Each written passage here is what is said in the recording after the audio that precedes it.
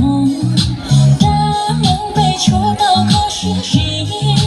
造梦的高声高要被黑难梦，中错梦，大双高双高跌跌。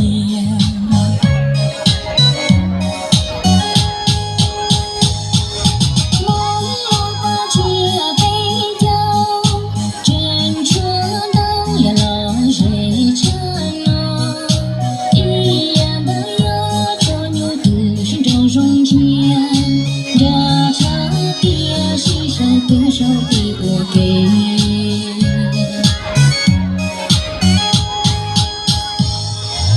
梦一声，沉默一声，落悲了，抱抱了谁散落？雄楼的雄狮抓的落藏，那杯中着了悲木抱抱。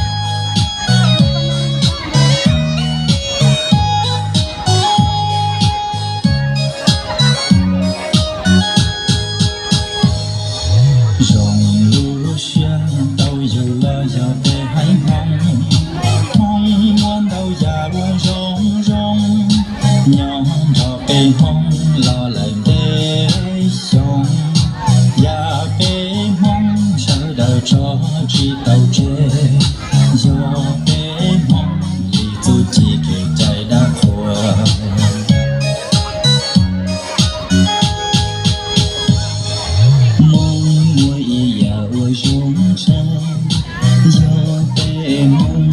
Bà chia bé thơ mua xí từng say rong gâu cái tôi rong rau xí từng gâu mày cứ chia mà sẽ cài lên mong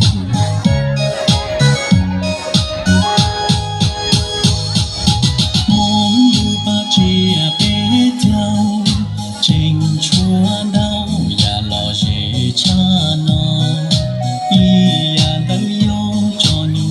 心到中间，那场别是手可手的我的。